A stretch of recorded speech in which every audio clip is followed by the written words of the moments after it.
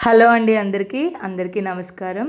ఇప్పుడైతే నేను లాక్ చేసేసి ఎక్కడికెళ్తున్నా అనుకుంటున్నారా? వరలక్ష్మి వ్రతం ముందు రోజైతే బయటికి వెళ్తున్నాను. మీరు అనుకున్నట్టు షాపింగ్‌కైతే కాదులెండి. ఇప్పుడైతే మాకు ఈ ఇయర్ ఏం ఫెస్టివల్స్ లేవు. ఇంకా పిల్లల్ని తీసుకొద్దామని చెప్పేసి బయటికెళ్దాం. బయటంతా హడావుడిగా ఉంటుందిగా, ఒకసారి చూడాలనిపించింది. ఊరికే ల్యాప్‌టాప్ ముందు కూర్చొని ఏం చేస్తాంలే అని చెప్పేసి కొంసేపు అలా ఫ్రెష్ అయినట్టు ఉంటుంది మైండ్ అని చెప్పి బయటికొచ్చాను. బయటైతే పూలు ఇవన్నీ ఫుల్ హడావుడిగుంది. కొంతసేపయితే ఇవన్నీ చూడగానే మిస్ అయినట్టు ఫీలింగ్ వచ్చింది. కాకపోతే కొన్ని సిచ్యువేషన్స్ తప్పదు కదా! ఇక్కడైతే డెకరేషన్ ఐటెమ్స్ చాలా బాగున్నాయి. అందరూ ఎవరి చేతిలో చూసినా ఫుల్ కవర్స్ అనమాట. Saris, decorative items, fruits, flowers అలా అన్నీ ఉన్నాయి. ఇప్పుడు మా పిల్లలతో ఉంటది నాకు. మనం ఎందుకు చేసుకోవట్లేదు, వాళ్ళకి చెప్పినా అర్థం కాదు కదా! కశ్వి అవన్నీ పట్టించుకోదు కానీ యుతి అయితే అన్నీ అడుగుతూ ఉంటది. ఇంకా వాళ్ళని తీసుకొని అయితే వెళ్తున్నాము. ఫ్రూట్స్ అవి తీసుకొని వెళ్దాం అన్నట్టుగా అనుకున్నాను కానీ ఫుల్ క్రౌడ్ ఉంది. ఇప్పుడు ఎందుకులే, వర్షం కూడా పడేటట్లుంది. సరే లేట్ అవుతుంది అని చెప్పేసి ఇంటికైతే వెళ్ళాము.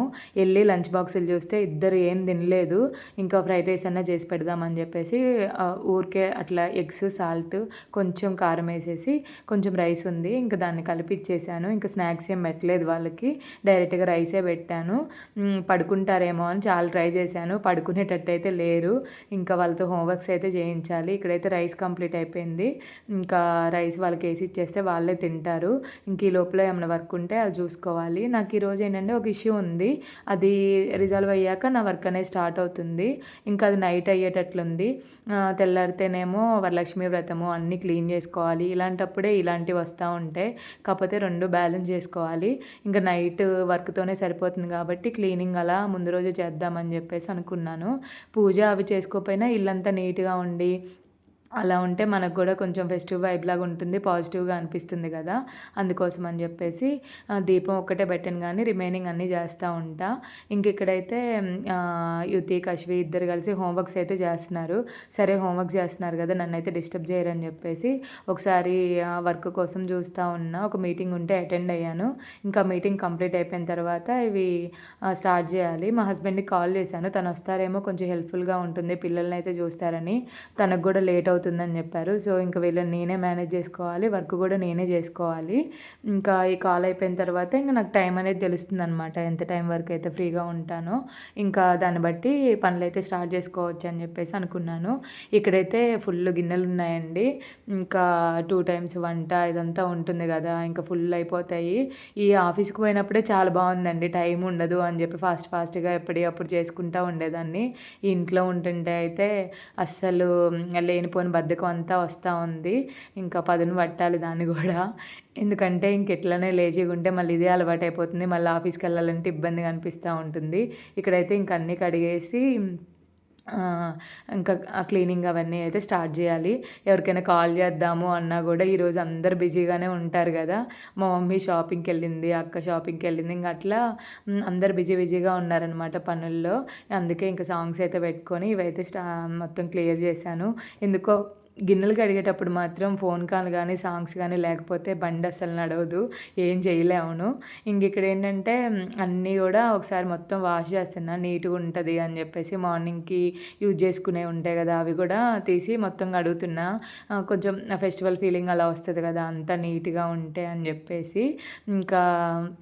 అంతా క్లియర్ అయిపోయిన తర్వాత ఈ లోపల పిల్లలు వచ్చారు. వాళ్ళకి ఇంట్లో ఉంటే మరీ తెల్లారే హాలిడే కదా, లేనిపోని అన్నీ గుర్తొస్తూ ఉంటాయి. యాక్టివిటీస్ అది ఇది అని చెప్పేసి ఫోన్లో పెట్టుకొని పేపర్స్ అన్నీ చింపేస్తూ ఉన్నారు. కలరింగ్ చేయటము, బుక్స్ తయారు చేయటము, క్రాఫ్ట్స్ ఉంటాయి కదా, అవన్నీ చేస్తూ ఉంటారనమాట. అవన్నీ మళ్ళీ ఒకసారి క్లియర్ చేసి మళ్ళీ వాళ్ళని హోంవర్క్ కోసం కూర్చోబెట్టాను. కశ్వి అయితే ఎంత ముద్దుగా రాసుకుంటుందో భలే అనిపించింది. వీళ్ళు వర్క్ చేసుకుంటున్నారు, నన్ను డిస్టర్బ్ చేయలే అని చెప్పేసి ఓడవటం అయితే స్టార్ట్ చేశాను. వాళ్ళకి ఎక్కడి నుంచి వచ్చిందో తెలియదు. నేను ఓడటం స్టార్ట్ చేయగానే ఇద్దరు హోంవర్క్లు పక్కన పెట్టేసి వచ్చారు. ఎటు వస్తే అటు వస్తున్నారు. అన్నీ అంటే ఒక రూమ్ క్లియర్ చేసే లోపలనే ఇంకొక రూమ్ మొత్తం పాడు చేసి అట్లా ఉంచుతున్నారు. ఏమన్నా అందామంటే తెలుసుకునే ఏజ్ కాదు, ఇంకేమనలేము, మనమే ఓపిక చేసుకోవాలి. నార్మల్గా ఇలాంటి పనులన్నీ నేను వీళ్ళు పడుకున్నప్పుడు అలానే పెట్టుకుంటాను, వీళ్ళు ఇంట్లో లేనప్పుడు అలా. కాకపోతే ఈరోజు కుదిరేలా లేదు, నైట్ నాకు చాలా లేట్ అవుతుంది వర్క్ అయిపోయేసరికి. వచ్చేసరికి. అందుకే ఇంకా వీళ్ళని అటు ఇటు తిప్పుకుంటూ అట్లనే చిన్నగా కంప్లీట్ అయితే చేసుకుంటున్నాను. మా హస్బెండ్ ఉన్నా ఎలాగోలా వాళ్ళని ఎంగేజ్ చేస్తూ ఉంటారు అలా కిందకి దిగనీయకుండా అట్లా. తను కూడా లేకపోయేసరికల్లా కొంచెం కాంప్లికేట్ అయింది. ఇంకా వర్క్ అయితే లేదు కదా ఇప్పుడు అని చెప్పేసి కొంచెం ప్రశాంతంగా హాఫ్ అన్ అవర్ అయ్యే పని గంట అట్లా చేసుకుంటూ ఉంటాను అనమాట. ఇక్కడ ఇదంతా ఊడ్చి చేసే లోపల మన ఫ్లోర్ క్లీనర్ అయితే అయిపోయింది. చూసుకోలేదు నేను. మళ్ళీ అది ఆర్డర్ పెట్టేసరికల్లా మళ్ళీ ఇల్లంతా చెత్త చెత్త చేశారు. మళ్ళీ రెండోసారి ఊడ్చి ఇంకా ఆ తర్వాత అయితే మాప్ పెట్టాను. ఇంకా పిల్లలున్న ఇల్లంటే అంతేనండి. ఉన్నది అంటే పెట్టిన చోటు ఉండాలంటే కష్టం. వాళ్ళు ఇలా చేస్తూనే ఉంటారు. మనం కూడా సర్దుకొని పోతూ ఉండాలి. ఇంకా వాళ్ళని చెప్పినా అర్థం కాదు. తెలిస్తే వాళ్ళు కూడా చెయ్యరు కదా. ఇంకా అలానే ఉంటారు. ఇక్కడైతే ఇంకా మాప్ క్లీనర్ అయితే వచ్చేసింది. ఇంకా మాప్ పెట్టేద్దామని చెప్పి పెట్టేస్తూ ఉన్నా. ఎందుకంటే ఇంకా మళ్ళీ ఇంకోసారి ఊడవాల్సి వస్తుంది. ఇప్పటికే 2 టైమ్స్ అయింది. అందుకే ఇంకా మొత్తం మాప్ పెడుతున్నా. ఈ లోపల కశ్వి నేను హెల్ప్ చేస్తా అనుకుంటే ఒక క్లాత్ తీసుకొని వచ్చింది. దాన్ని ఊరికే తడపటం తుడవడం ఇంకా ఎలాగో చేస్తుందిగా అని చెప్పి ఒక మంచి క్లాత్ ఇచ్చేసి కబోర్డ్స్ అయితే తుడవమని చెప్పాను. ఇంకా కబోర్డ్స్ తుడుచుకుంటున్నారు వాళ్ళైతే. ఇంక ఈ లోపల నాకు మాప్ అయితే అయిపోయింది. ఇంకా క్లాతులు పడేసి వాళ్ళకైతే బాత్ చేయించాను. అప్పటికి 5:30 అలా అవుతుంది టైము. నాకు ఇంకా 7 నుండి అయితే కుదరదు. ఇంక ఈ లోపలనే వాళ్ళకి అన్ని పనులు చేసేసి ఉంచితే ఇంకా మా హస్బెండ్ వచ్చాక వాళ్ళకి తినిపించేసి పడుకోబెడతారు అన్నట్టుగా ఇక్కడైతే అన్నీ కంప్లీట్ చేసుకుంటూ ఉన్నాను. ఇక్కడైతే కశ్వి మొత్తం బాగా హెల్ప్ చేసింది. బట్టలు మొత్తం తడుపుకుంది. ఇంకా యుతి అయితే ఇంకొంచెం వేరే లెవెల్కి పోయిందనమాట. కబోర్డ్ లోపల ఉన్నాయన్నీ తీసి లోపల కూడా తుడిచింది. అది ఇంకో పని నాకు. మళ్ళీ అవన్నీ సర్దుకోవటం చేయటం. ఈ బుక్స్ అయితే ఇట్లనే ఉంచారు. ఇవన్నీ ఎక్కడ సర్ది పెట్టాలి. ఈ 3 డేస్ వరుసగా హాలిడేస్ వచ్చాయి కదా. మళ్ళీ ఇంక అన్నీ మండే వచ్చేసరికి ఏది ఎక్కడ ఉంటుందో తెలియదు. ఆ రోజు ఎత్తుక్కోవాల్సి వస్తూ ఉంటుంది. ఇదైతే కంప్లీట్ అయిపోయింది. రైస్ అయితే పెట్టేశాను.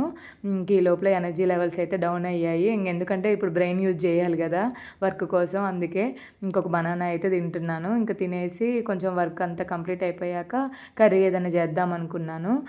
ఈ లోపల మా హస్బెండ్ వచ్చి కర్రీ ఏం వద్దులే నేను క్యారెట్ రైస్ చేస్తాను అవన్నీ రెడీ చేసి పెట్టేసి నువ్వు వర్క్ చూసుకో అని చెప్పారు. ఇంకా అందుకనే క్యారెట్ రైస్ కోసం క్యారెట్, ఆనియన్స్, పచ్చిమిర్చి అవన్నీ కట్ చేసి అక్కడ పెట్టేసి వెళ్ళిపోయాను.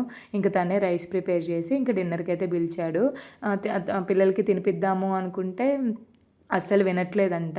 ఇంక నువ్వు వచ్చిన తర్వాతే తింటా అంటున్నారు అంటే ఇంక నేనే కొంచెం బ్రేక్ తీసుకొని వచ్చాను. వచ్చి ఇంకా అందరం కలిసి అయితే డిన్నర్ కంప్లీట్ చేసాము. ఇంకొకేసారి అన్నీ క్లియర్ చేసుకుందాము. ఇంక వర్క్ ఎప్పుడైతే అప్పుడు పడుకోవచ్చు, పెద్ద ప్రాబ్లం ఉండదని చెప్పేసి అప్పటికి 9:30 అవుతుంది. ఇంకా అన్నీ నీట్గా పెట్టేసుకొని మార్నింగ్ కావాల్సినవి అవన్నీ కూడా సర్ది పెట్టుకొని ఇంకా పిల్లల్ని అయితే పడుకోబెట్టని తీసుకెళ్ళాను. ఇంకా వాళ్ళనైతే వాళ్ళ ఫాదర్ పడుకోబెడతారు. నేను నా వర్క్ కంప్లీట్ చేసుకొని పడుకుంటాను. ఇంతటితో ఈ వీడియో అయితే ఎండ్ చేస్తున్నాను friends. Thank you so much for watching.